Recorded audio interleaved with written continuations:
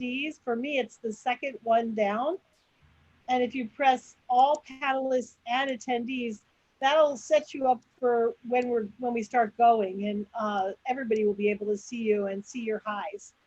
I see Kathy and Shanudra. Kathy, I don't know where Kathy from Wichita Falls, Texas, and Shanudra from Mississippi.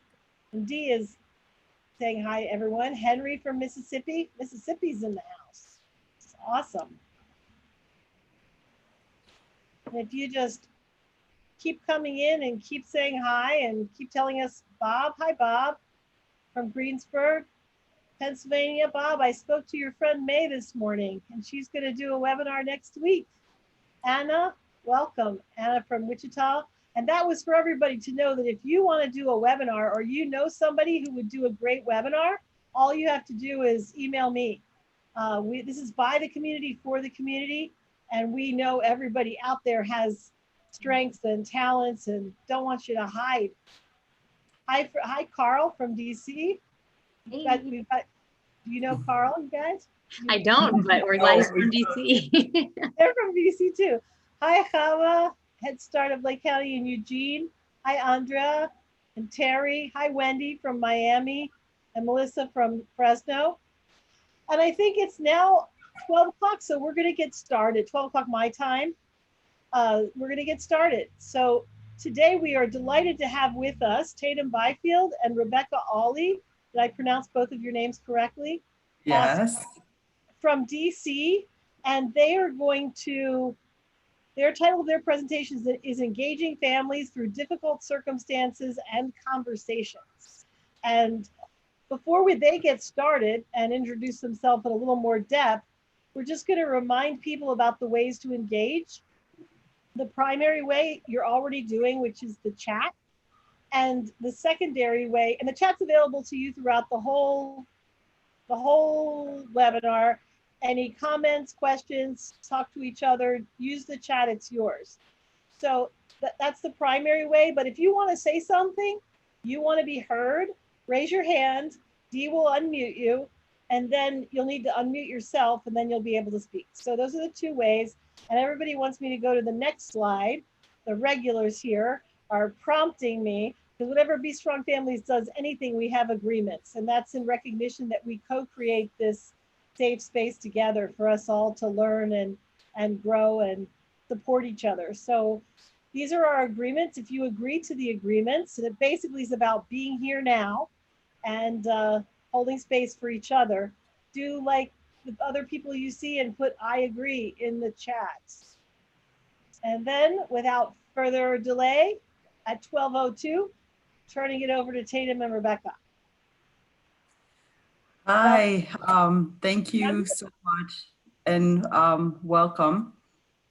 Thanks for joining us on this talk about engaging families through difficult circumstances and challenging conversations. My name is Tatum Byfield, and I'll be co-presenting with my colleague, Rebecca Awley.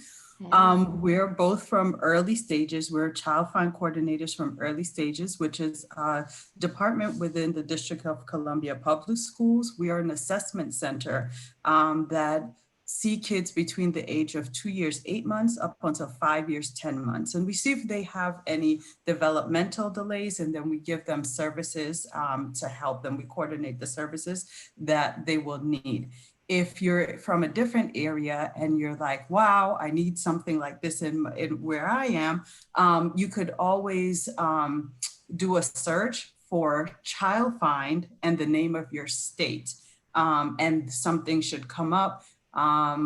Child Find is a federal mandate particularly for children between birth and 3 years old, where each state has to have a system that works together to identify children with disabilities and then giving them the things that they need, the whatever interventions that they need. You could also go through, if you have a child that is in school, you should also go through your local school for the same types of assessments. So just moving on to our agenda for today, we're going to be looking at resilience and the foundation of resilience. We'll define it and look at some key components. We'll also be looking at family engagement, what it is, what it's not. In part 2, we'll do engagement and action, which will focus a lot on communications. And then part 3, reflecting on engagement, we're going to give you some more tips and strategies for really connecting and partnering with parents. And so Rebecca is going to lead us through a quick question and answer activity. Then the next slide, if you, just to reflect as we begin, looking back on your own childhood, who is someone that was always there for you? Somebody that comes to mind as someone that was for you, kind of in your corner, that you knew you could rely on for support. I'll give it a second in the chat you can put in, and then consider what was it that communicated that to you? What was it that communicated that they were for you? What did they do that helped you trust them? So Kira saying her parents, Rebecca saying her dad. And we begin this way because we know that learning happens in relationship, and studies show that the greatest protective factor is a stable, supportive relationship, especially for children. So for children, the adults in their lives constitute an enormous place in their environment. And so as we consider resilience, we want to really talk about what the foundation is, and that has to always include those main relationships. So I'm seeing a lot of relatives. Yeah, so grandpa, grandma. Melissa says, I could tell my grandpa anything and he never judged. He just gave advice. Andrea says her mom. Gladys says her parents. And that's wonderful. That's really why we do what we do. We want to support the families. We support family. This is called Be Strong Families. And so we want that to be a great supportive relationship and a safety net that not only the family in children's lives, but also the teachers and the service providers and all adults that they communicate with and interact with in the community would be part of that. Those protective factors for them. So in the next slide, we just consider a little more about what resilience is. There's a lot of research about it, a lot of different definitions, but we talk about it as the process of positive adaptation to adversity that arises through interactions between children and their environments. We know we've all gone through so many unexpected changes due to the pandemic, to grievous injustice that we've been witness to. And we know that the start of the school season has been a big challenge for others too, for all of us as we wear different hats. And then also in addition to that, there's just so many other personal joys and sorrows that we experience. So life is dynamic, it's always changing, and it requires adaptation as we respond to those changes.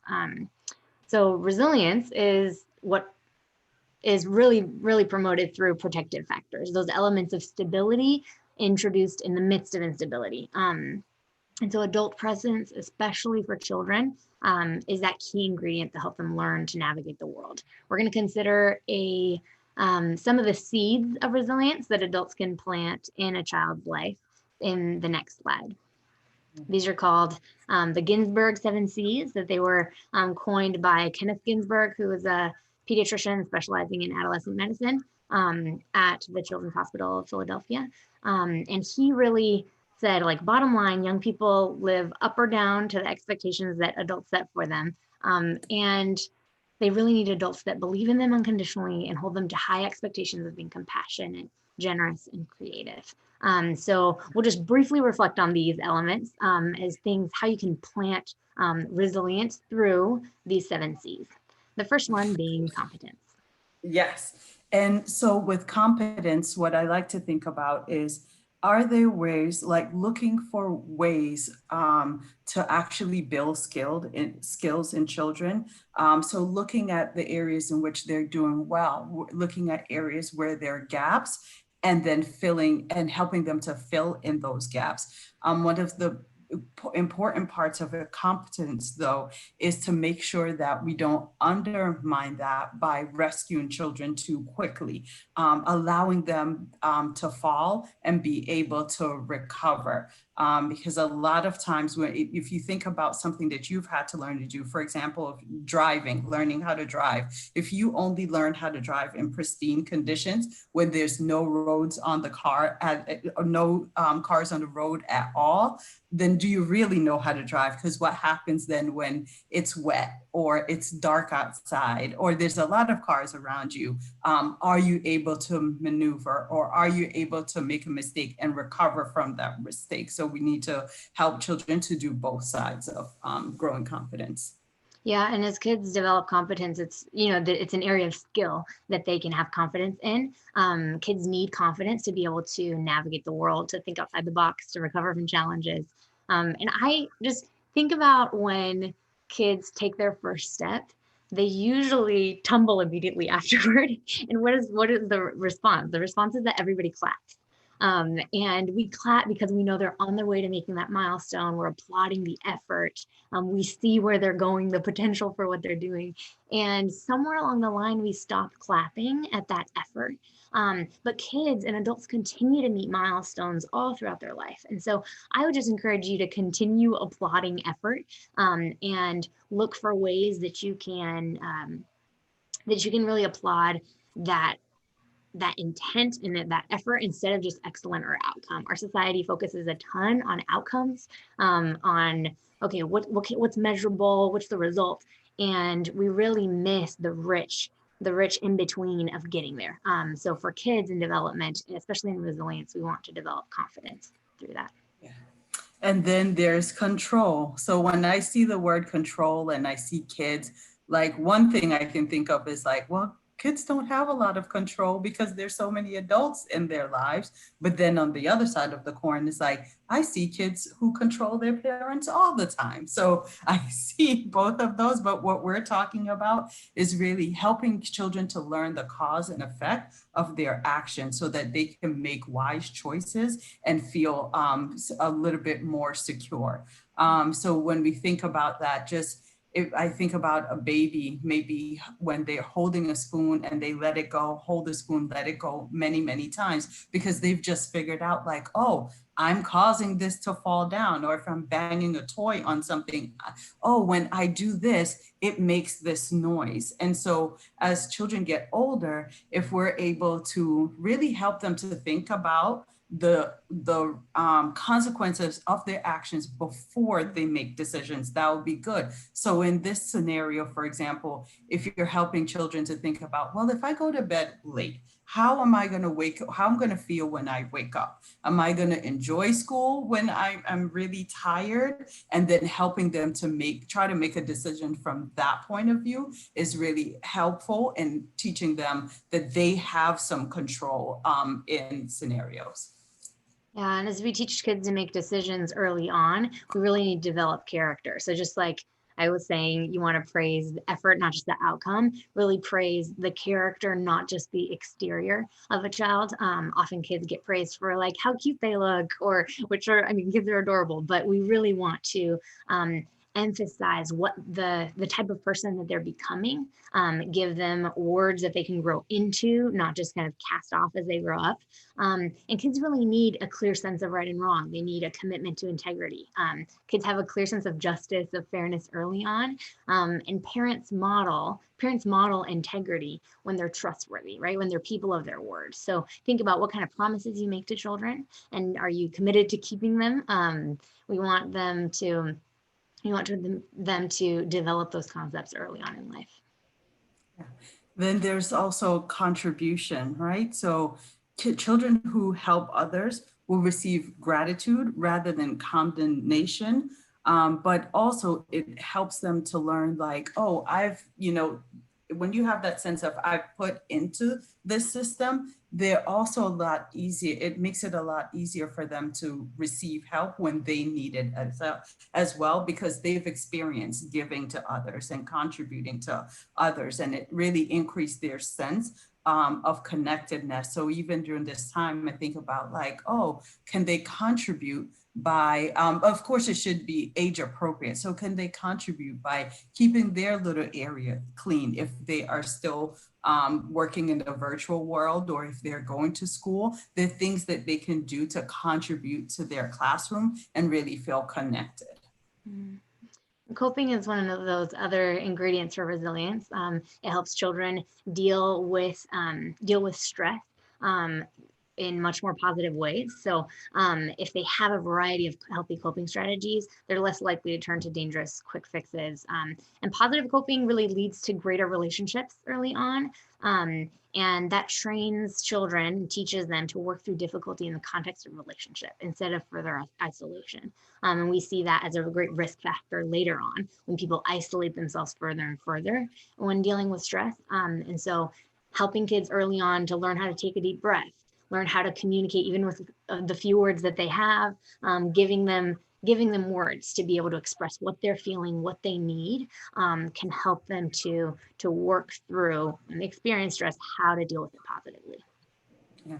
And then the final C will be connection. Because as Rebecca mentioned before, one of the key things in building resilience, or components of building resilience in children, is having at least one adult where you have a positive interaction and it's consistent. And so you need at least that in order to help build a resilient child. But how much better, you can do that a lot better if you have more resources, right? So if you think about a single dad and his child, yes, if they have that connection, that is going to be great for the child. But what if there's also grandma in the picture? Then he's learning not only from dad, but he's also getting support and security from grandma, and learning different things that he would not necessarily learn from dad. And when we kind of extrapolate that out, you go out into the larger community as well. Like if that same child also now has a teacher, has a caseworker, or somebody else that they can also have positive connection to, that's really going to be helpful. So for the remainder of the training, we're really going to dig a little bit deeper into this part, the connection C, as a lot of times we are the community members that are helping to foster those relationships and connections that families need to thrive. Mm-hmm. So in your own role, just consider how you can plant these 7 seeds in the children in your life as we continue to consider connection.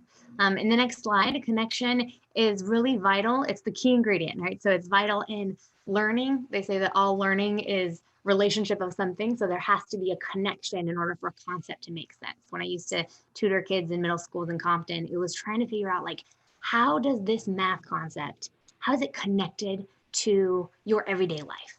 Right? How is it relevant to your lived experience? And so learning, engaging children and families in learning, and then in collaborating. So there has to be that connection in collaboration. And like the image says, you're the best. No, you're the best. Really just a mutual appreciation of saying what is that every person that you're interacting with is so valuable, and there's so much to learn from them. We know that there's a lot of disconnection right now between virtual learning and being divided by a screen, and not having some of those in-person relationships. And so we want to really be creative in how we develop those connections. The next slide talks just more about the roles that we're all, So we have a raised hand. We do have a raised hand. Wendy Gordon. So Gordon, you're good to speak. So maybe we can keep going. Sometimes they hit it by accident. So, but she's raised her hand again. Dee, I think Wendy, you might try speaking if you can unmute yourself. Okay, if you wanted to keep going, I will. Okay. Well, we know that we're all wearing so many different hats right now, and that it's especially important for us to be teaming in this moment. So consider your role in each of these bullets, right? With children, as a parent, as a provider, everyone comes to the table. As you come, expect that you'll be working with someone, right? So more communication is necessary because we're coming from different cultures, different values, different expectations and environments. And a lot of us are used to more kind of like stay in your lane, but we need to be teaming more because it's not just the teacher in the school environment and the parent in the home environment. Like that's with hybrid learning and with virtual learning, there's a lot more of a mixing. And so we want to just consider your role in being on the same page and not working against the structures in one environment versus another, for teaching a child skills, for modeling the kind of behavior that we're seeking, for nurturing positive relationship. And then encouraging growth, like kids learn and grow, not just in their brains, but with their body. So they need that activity. Think like, how are we nurturing that side of a child's development, along with fulfilling practical needs, and then sharing joint expectations as you work with many others during this time. Well, as we go into this section, oh, go ahead, Tatum. Yeah, I was about to say, as we go on to the next slide, if you can think about a time when you felt involved with something and you felt engaged with something, and what was the difference? Like, how did that make a difference in how you approached whatever it is that you were involved in and engaged in? And you could just share it in the chat.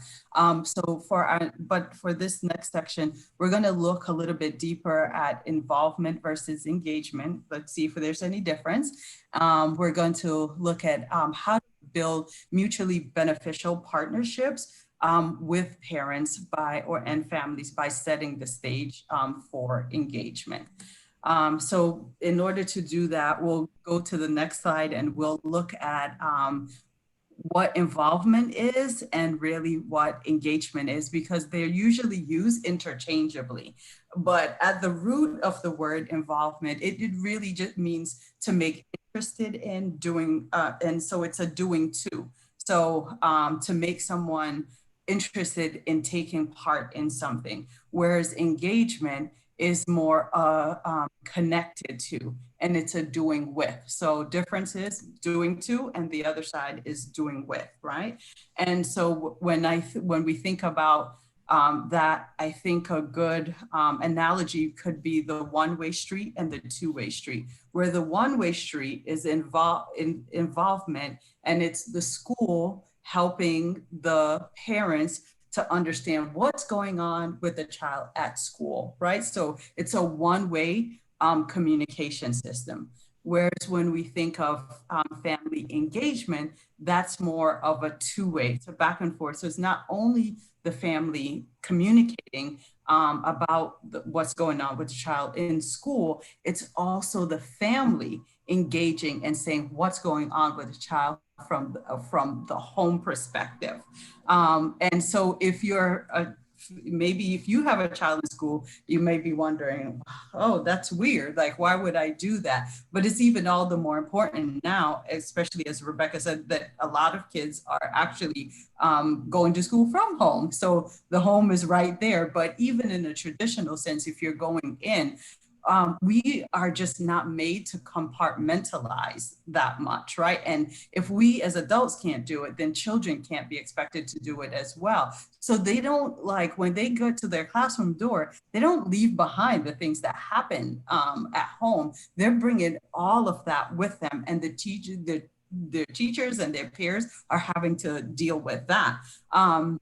So just, yeah, thinking about like, whether it's a really good thing that's happened, like, oh, I have a new sibling that came home from the hospital, or something really bad or sad, it impacts them, and it's good for all the adults in their life to understand what may be impacting their behavior. So on the next slide, we'll see some examples that illustrate the difference between involvement and engagement, right? So involvement relies on short-term strategies that are one way, as I said before. So if you think of anything like sending a flyer home or inviting parents to like a one-time event, but what that lends itself to is treating families like clients. Whereas engagement, it relies on the back and forth, it relies on ongoing conversation, and it's a longer term building trajectory. And so it helps to treat families more like partners instead of clients. And so you can think of, so involvement can be a part of the strategy for engagement. But if we only rely on involvement, then it's not going to develop the trust or the commitment or the communication that's required for effective partnership. In the next slide, we'll talk more about that partnership. In a book called Schools and Families, Creating Essential Connections for Learning, there are these four A's are detailed. And it really comes with understanding family engagement as a partnership, so that family and educators have unique experiences in child development and education. And we want to really tap into both of those in developing a shared responsibility to identify needs and make the best decisions for a child's education. And promoting the child's growth. So those four A's would be approach, so acknowledging the importance of the home environment and other environments, and how, like Tatum was saying, those all the environments of a child that a child lives in help shape them. And so we need to work together with those environments. And then the attitudes, right? So the belief that everyone wants what's best for the child. We really have to have that as foundational as we approach working with others. We have an attitude towards all of the adults that we're working with. The atmosphere would be the third A, as far as creating a respectful and trusting environment. So often we have like our ideals of saying this is what we believe, right? Our core beliefs about families and our core beliefs about staff, and then the vision for our institution, and like all these different things that the theory sounds great, but then does the real atmosphere, does that create, is the atmosphere creating respect and trust? Does it contribute towards families and children feeling more reassured and supported? And then those concrete actions of like, are the activities that are planned, are those actually child-centered? Are those ongoing to develop a stronger partnership? So I'd really invite you to consider, and do the values and beliefs, do those all align with your communication and practices? And this goes a long way in setting the stage for family engagement, as Tatum will talk about next. Yeah, so when we look at setting the stage, what I like to remind providers and teachers a lot is that even though it may not feel like it, yeah, we can go on to the next slide, actually the next one after this. So even it may not feel like it, we do have the upper hand when we're dealing with parents. It's usually on our turfs, and we're setting the rules of engagement. So it's really important to actually extend a direct invitation to the parents for engagement. But with that, also remembering that different people from different cultures view that really differently. So just know that in other countries, it may not be appropriate for a parent to be in the sphere of an educator. So they may think of it as like, oh, okay, this is your lane and I don't come and I don't interfere. So a really direct invitation to come, it would be important in that sense. And also just reiterating that you actually want that is important, because people have diverse experiences where they may not have been invited before. And so they do not know how to respond to that invitation. And that invitation can look like anything simple, like notes at home, text messages, phone calls, in-person conversation. But once the communication is established, then there needs to be like continual, like proactive, and they should be focused on positive outcomes as well. Another thing to consider is like helping people to feel like their ideas and identities will be welcomed and respected.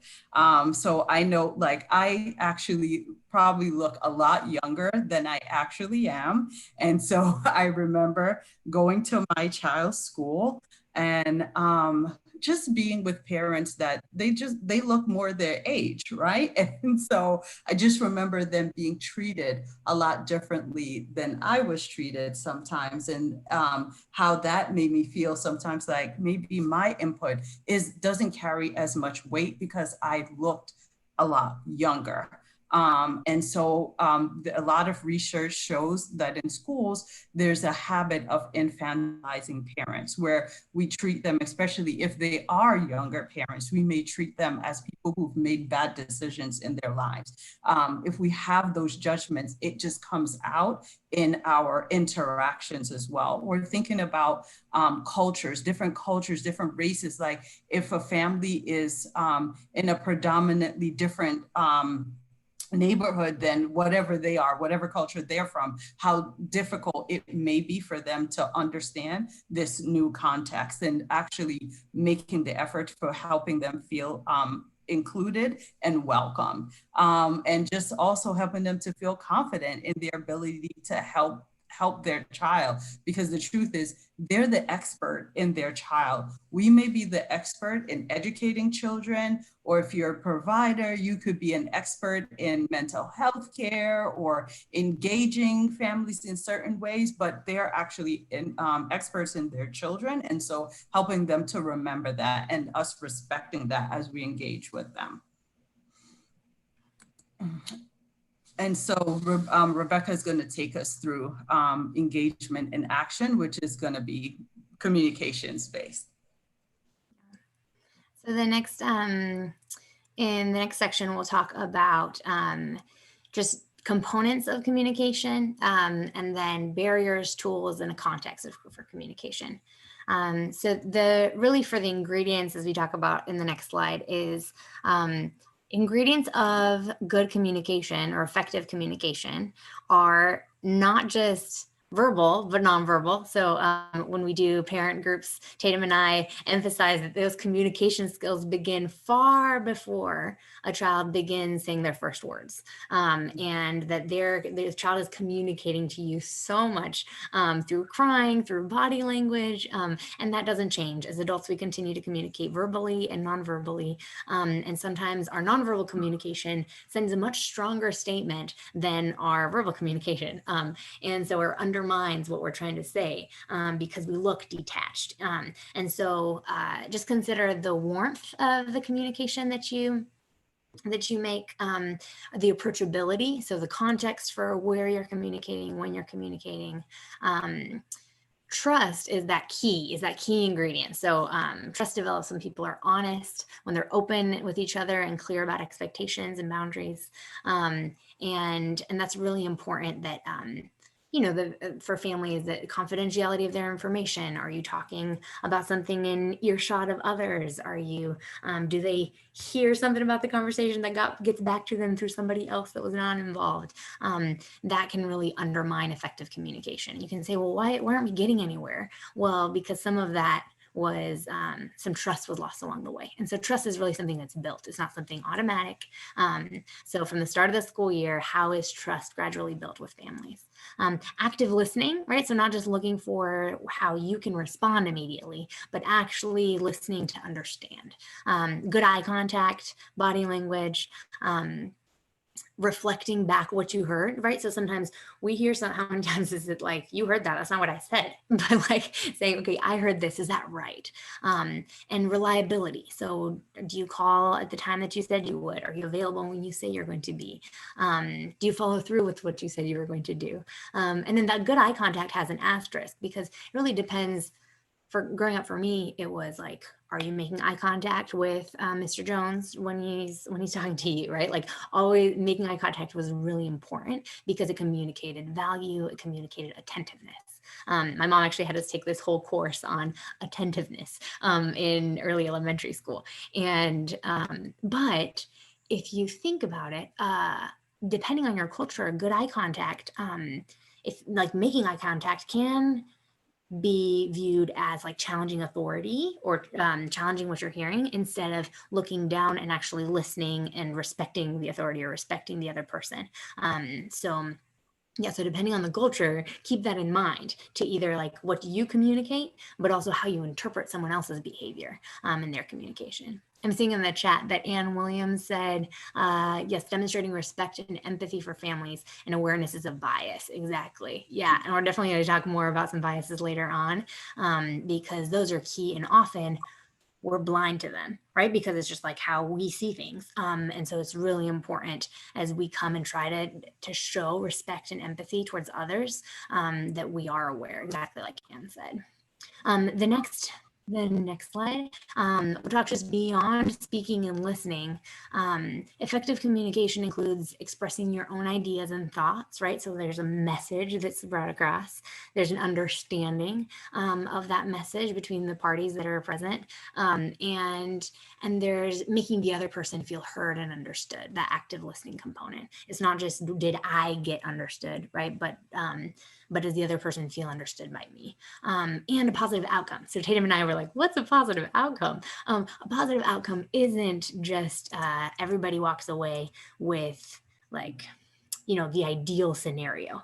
Often a positive outcome is that you've made progress on a topic, or you've gained understanding from someone else's perspective. Or you have a next step.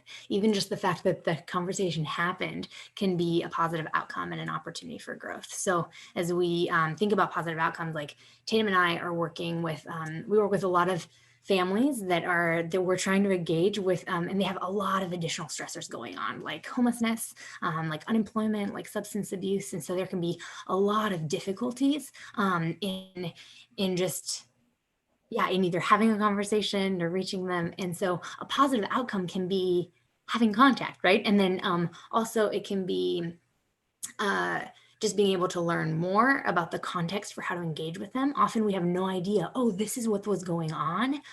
Oh, that can build greater understanding for them. And also it can mean a declined service. So like the possibility that a parent got to hear what we're about, what we offer, they were informed of their rights, and they declined. Sometimes that makes a parent feel like empowered to make the decision, and they can say, look, circle back with me at this later date. Or often when things end that way, because they've been heard, that's been clearly communicated, they know they're the decision makers, like they'll circle back voluntarily later on, because that was an area where they realized, okay, I'm like heard in this context. And so that future can often depend on what trust was built in the initial conversations. Let's see. Oh yeah, great. And then we'll talk about some barriers to communications next. And so one of them can be time, correct? Like, so thinking through like, do you actually you're about to have, especially if it's a difficult conversation, do you actually have the time that it's going to take to have that conversation? A lot of times, maybe you could think about like, maybe just shifting the time a little bit, thinking about the other person as well. So if you know that, oh, this is, you know, the parent is coming to pick up this child, but then they have to go across town to pick up their sibling, and they're usually crunched for a time, then is it the best timing for doing that as well? So not only thinking about time for yourself, like time to actually sit and have the conversation, but thinking through the timing. Is this the best time of day to have the conversation? Thinking through stress as well. Like, are you feeling stressed in general? And it doesn't even have to have anything to do necessarily with the actual conversation that you have. It could be other outside stressors that are causing it as well, but acknowledging it and being present and being able to say like, oh, like I'm going through all these other things, and know that stress does impact us. It impacts what we say, right? How many times out of stress we've become easily frustrated and said something that is regrettable to somebody, right? And so the same thing can happen in this scenario. One way to to create a buffer for that is to maybe even acknowledge your multiple stressors that are going on, and making sure that also is that family feeling stress as well. Because if they're in the same space, can you imagine those two things colliding? It can make for a really disastrous conversation. Thinking through confidence, not only your confidence as a provider, there may be a lot of reasons why you're hesitant to approach the family. Maybe you don't know them that well. Maybe the other interactions haven't been the most positive. The way that you interpret the things that they do may be challenging to you, but they also may come with a lack of confidence for many reasons, right? So a lot of times parents are afraid of what they're going to hear about their children. Rebecca oftentimes gives a example of a family that she said something nice at the end of a screening, and the parent just burst out in tears. Why? Because that was the first time they've heard something good said about their child. So they can show up with lack of confidence for lots of different reasons, including if they have fears. Like, what if they have fears about how their child is doing? And that may reflect poorly on them, they may feel. So thinking through also the attitudes that we show up with. So a part of that is going into the infantilization that I was talking about earlier, right? So if we have these judgments on the families, how destructive that can be, but also what are the attitudes the parent is coming in with. If they have had a hard time with teachers before, then they may they'd be showing up thinking like, this is going to be something else, where they're telling me what is wrong with my child and what's wrong with my parenting. Location, I would say, so most of our conversations happen in our sphere, right? We determine where that is, but also think about maybe changing where that communication is happening. Could you go outdoors to the playground? Would that be helpful? Because it almost always is in our classroom or in our office. Will changing the location help? Thinking through cultural differences, as Rebecca mentioned before, like either between body language or even the expectation that a parent maybe does not belong in that sphere, like just being conscious of it. Thinking through the lack of focus. Are you looking at your time as you're talking? Are you talking to this one, talking to that one as you're speaking with the parent? So make sure that you're not communicating that they're not important by being unfocused. And as we said, body language before as well. So Rebecca is going to just walk us through some other common mistakes that are made when we're communicating, especially with challenging information. Thanks. And can the slides get moved forward a couple slides? One more. Sorry, just one more. Yeah, there you go. So just some common communication mistakes would be selective listening, right? So listening something that you have a retort for, or a response, or a better logical argument to as a rebuttal. Use statements. So at the beginning of the agreements for the Be Strong Families trainings, everybody commits to speaking of their own experience. And use statements can often be heard as accusatory, and they're assuming that you know the other person's experience. And so just speaking about how you've understood or heard something, or what a miscommunication might be, to try and avoid the use statements. And statements of judging, diagnosing, lecturing, ridiculing. We really need to focus on the positive. If we can't, or strengths-based, like if we can't locate a strength in the person that we're talking to, we have no business coming up with ways that they should improve, right? We need to actually take in the whole picture of the people that we're relating to. And the other one would be dismissing, right? So not considering valid their concerns or their worries. You don't know the whole context that someone brings to this conversation, and dismissing can actually undermine trust and undermine a shared understanding. In the next one, real quickly, before we jump into the last section, we just wanted to hear what, as far as exploring your beliefs around difficult conversations, if you had to say, I believe having a difficult conversation is, how would you fill in that blank? We all have to have difficult conversations, and our own attitudes as we come to them can really change the way we engage in conversation. What would you say if you had to fill in the blank to number 1? Stressful. Elsa says it's stressful. You don't know what's going to happen. How are they going to react? What if I fumble my words? An opportunity. Crucial, right? So much doesn't happen without those conversations. Opportunity for growth, Chava. Yeah. Overwhelming. Yeah, there's so many scenarios. Yeah. Uncomfortable.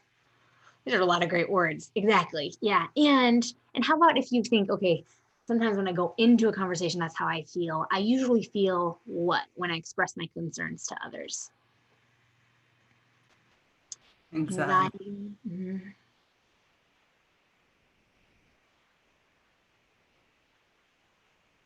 Supported. And we hope that anybody that comes into conversation with us, right, at the end of expressing their concerns, that they would feel supported. Yeah. Relieved. Yeah, like finally I got this off my chest. I was able to express that. It happened, that I've just had so much anxiety being like, this has to happen. It hasn't happened. Anxious or relieved. Hopeful. That's great. Yeah, these are a lot of great answers. Just thinking like, oh, when we don't know how the other person is entering this conversation. And so to try and like communicate in a way that allays somebody's fears or anxieties, a lot of the factors that Tatum spoke about in terms of barriers can help make that more of a peaceful interaction, right? Make that more of a fruitful conversation, because you're considering the other person and not just your own feelings. Or sometimes in conversation, we project our feelings onto the other person. And so examining those beliefs, examining me like, do I think this because every conversation I've had with them has been this way? A lot of times it happens with family, right? Like, these conversations tend to go this way. I know what the outcome is going to be. Instead of entering, like Vivian was saying, hopeful that this conversation could be different. So in the next section, as we just reflect more on engagement, we're going to talk about some questions to ask, some strategies to employ, and some factors to consider in engagement. And Tatum will walk us through this next slide. One more slide. One more. So before engaging with somebody, it's helpful to have clarity in what you want to say, right? So a couple of questions that you could ask yourself: why am I communicating with this person? Do I have a concern? Do I need help with something? Am I asking for something? Just being really, really clear about why you're communicating. And a lot of times you have multiple motives for communicating. And so I have a difficult conversation coming up later on today. And so what I had to do because it gets all muddled in my head, is like to really pull those two things apart and really be able to see them as two distinct things, right? And and that's also helpful in having a positive outcome, right? Because the clearer it is for the other person, the clearer it is for me, the clearer it is for the other person.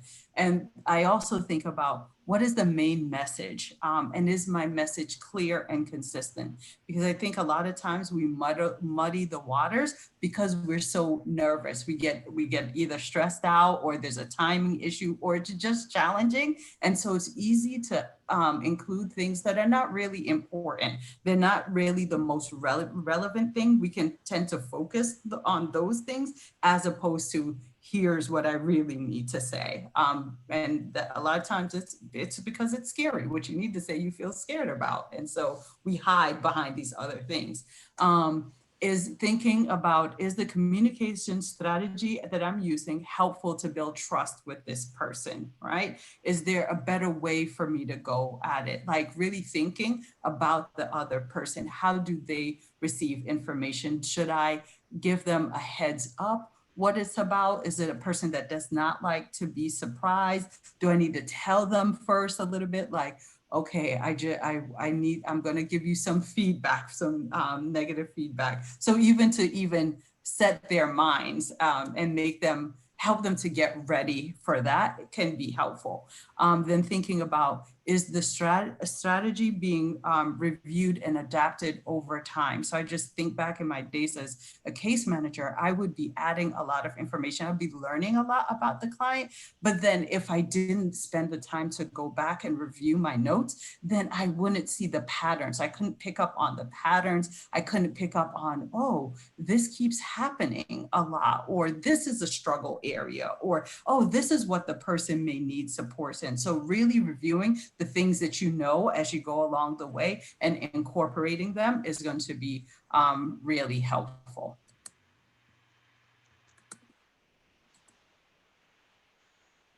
Okay.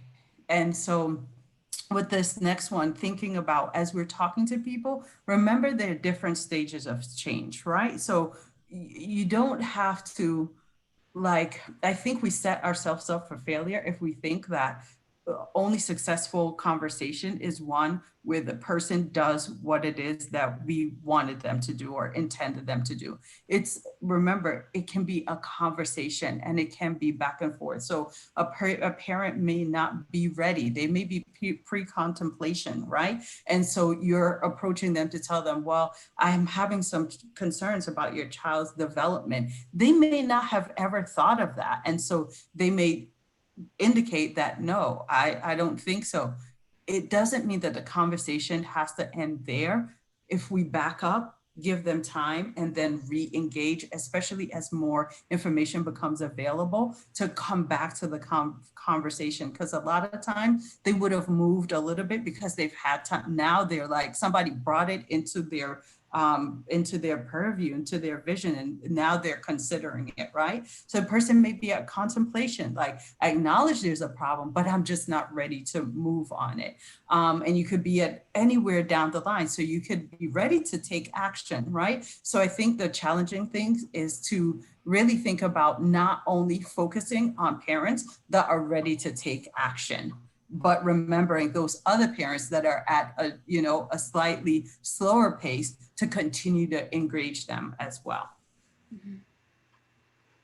So using the what Tatum talked about in terms of stages of change, and this next slide comes from motivational interviewing, where you have the ORs and then different interventions. So ORs would be the open-ended question. So often we ask a question having an answer already in mind. And actually opening or a closed-ended question because we want to be like yes or no.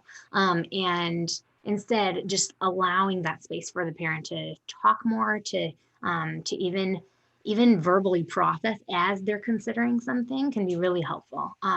Affirmations, so affirming some of the parents' concerns, or affirming worries, or affirming strengths, being affirmative in the context of conversation can be really helpful. Reflecting back, so making sure, again, that shared understanding of what is said to then reflect back to the person that you're speaking with, and summary. So a lot of things can be said in a conversation, and often they're not just like very well planned and they go very well. There can be so many tangents that to wrap up with a summary that's a clear way of saying, okay, this is what we talked about, this is what's going to happen next, can be really helpful. And one more click will show just some other interventions like change talk. So to say back to the person, I understand, can we talk about other ways, right? So just gradually shifting the conversation, like taking what's said and then guiding the direction a little bit, or asking permission, right? So to say, can we talk about this? Like, would you be open to talk about this? And this will change based on, the stage of change that Tatum was talking about, but it provides an opportunity for that. Decision balancing, so laying out choices, kind of a spectrum of choices, and asking also some scaling techniques. So saying, well, so on a scale of 1 to 10, right, to give you an idea for where they are in that range, because sometimes we assume they're at this end or at this end, and they might be kind of in between or on the fence on something, but they have other factors to consider as they're making a decision. So those would be some other tools, communication tools to use with families. In the next slide, we wanted to, as we alluded to earlier, one more slide would be talking about culture. So we know that we live in a multicultural society, and we all have culture. So nobody is without a culture. But we often don't consider our own and how that might be different as we interact with people. So just think about cultural competence is a term that's used more frequently. But Tatum and I really think that it's an attitude of competence gives the idea of mastery, whereas humility is something that is ongoing to continue with that attitude toward being a learner, really not knowing and wanting to learn, not considering yourself at a more advantaged point or at a more a more like skilled level than someone else, but really coming knowing that we each have something to learn. So think about the families that you're working with, or coworkers too, because cultural differences come up with coworkers all the time. Just think about the cultural values that you have and then the cultural values that they have and how that could contribute to relating and learning.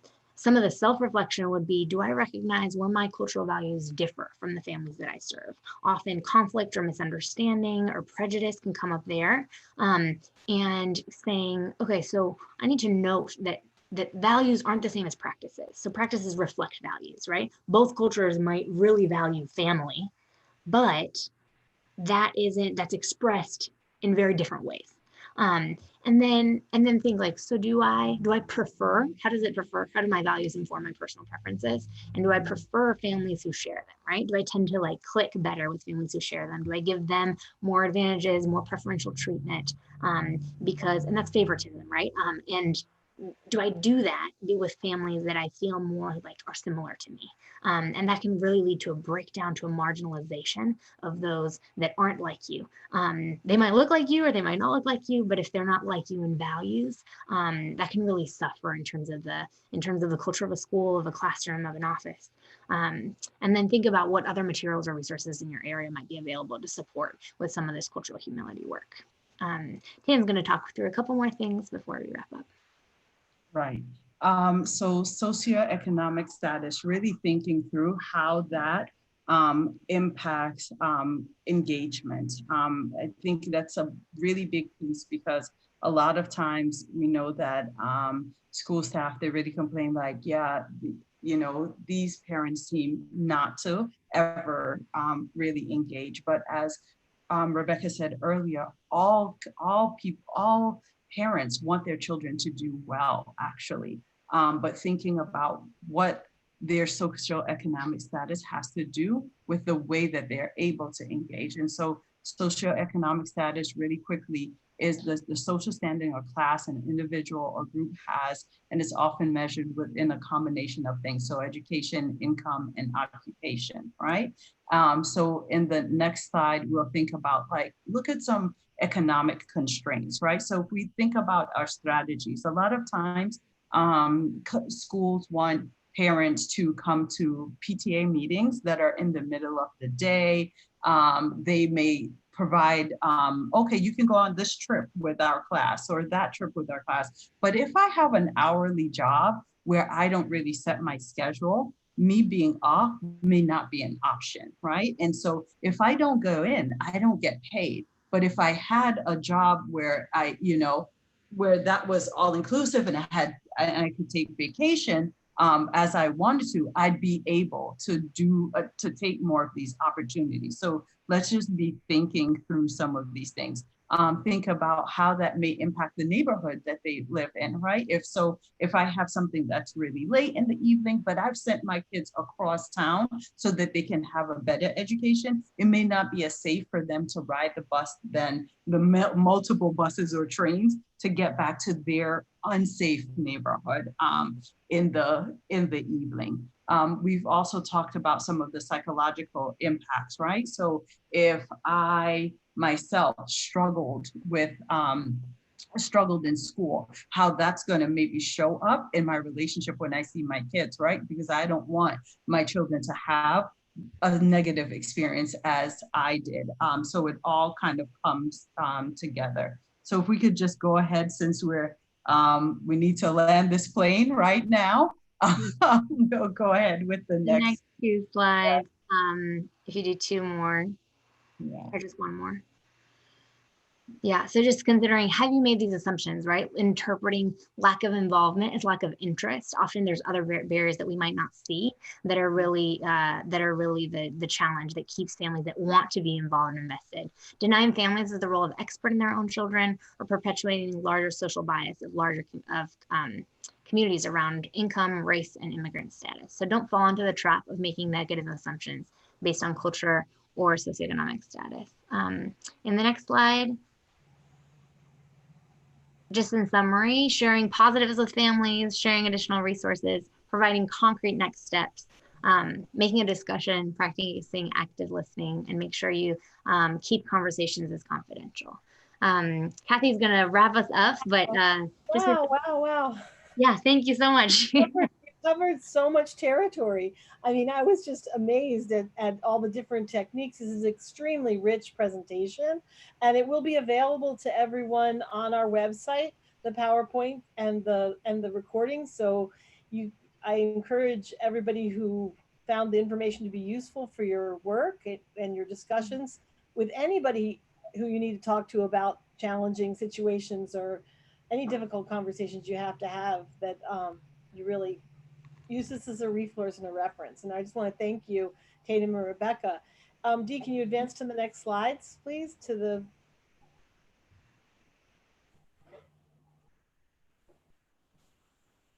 Tomorrow, we're going to be here with Yolanda De Rocha on cooperative parenting in the age of COVID. And that's going to be kind of an open conversation. On Thursday, Dr. Ghislaine Toussaint-Green will be here about decoding hidden messages through understanding mistaken goals. And on Friday, Carol Mizuguchi is going to be here, path towards building authentic relationships and creating institutional change. And this Friday, that's an anti-racism workshop. So we encourage everyone to come back. We love you all. Thank you so much to Tatum and Rebecca. And just a little plug that Tatum and Rebecca volunteered. We've worked, Be Strong Families has worked with them on parent cafes in DC, and they have been attending these webinars and stepped up. So encouraging all of you to step up. Next slide, Dee. This is an Amplify. Amplify what you learned today, building a better world through a more perfect union, through engaging families and promoting resilience with children. So hashtag amplify resilience, hashtag amplify family, hashtag amplify conversation, engagement. Let's go to the next slide, true partnership. And then just hit me up if you want to do a webinar, or you know somebody who you think would do a great webinar. And you're getting a lot of, everything was great. I hope you launched the poll, Dee. Have you launched the poll already? Because if you have not, yes, hashtag amplify engagement and communication. Because if you haven't launched the poll, people are, just take a second as you're leaving. Rebecca and Tatum had asked for their results. so we really want to know how they did, and they want to know how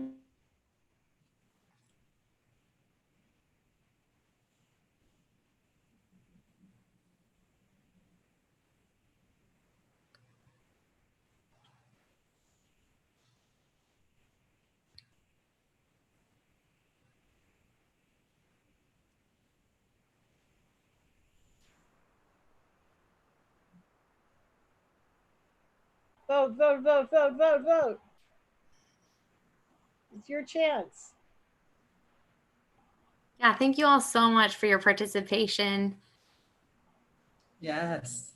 For your input. We wish we could just sit around, have coffee, and chat about these issues for hours. Yeah, that would be great. That would be fun. And maybe you'll come back and talk about one piece of it. I think there are so many different pieces of it. It would be really fun to dive deep into one of the areas, whether it's cultural humility or whether it's, and how SES and culture get in the way in, misconnections and conversations, and how to correct that. I think that would be something that we could all use a lot of help with on a deeper level than, just to watch it. Because I think a lot of times when, we try to watch it, but we don't have the skills. So I think, you know what I'm saying? Like to engage around the topic more specifically. Yeah, like, because people have really good intentions, but how do you get beyond the good intentions and beyond the superficial level of being humble, you know, and not trying not to judge, you know, how do you get beyond that to really walking that talk? I think that would be a really, I don't know if it occurs to me, that would be fascinating to, so if you're willing, let me know. Don't have to answer now. Thanks. No, it'd be great to develop out more. Yeah. Right. All right. Well, thank you very much. I think that we're about ready to close out the poll, and really very grateful to you both. It was a fabulous presentation. Thank you, Thank Kathy. you. We're glad to be with you. Take care. All right. Bye. Bye, everyone.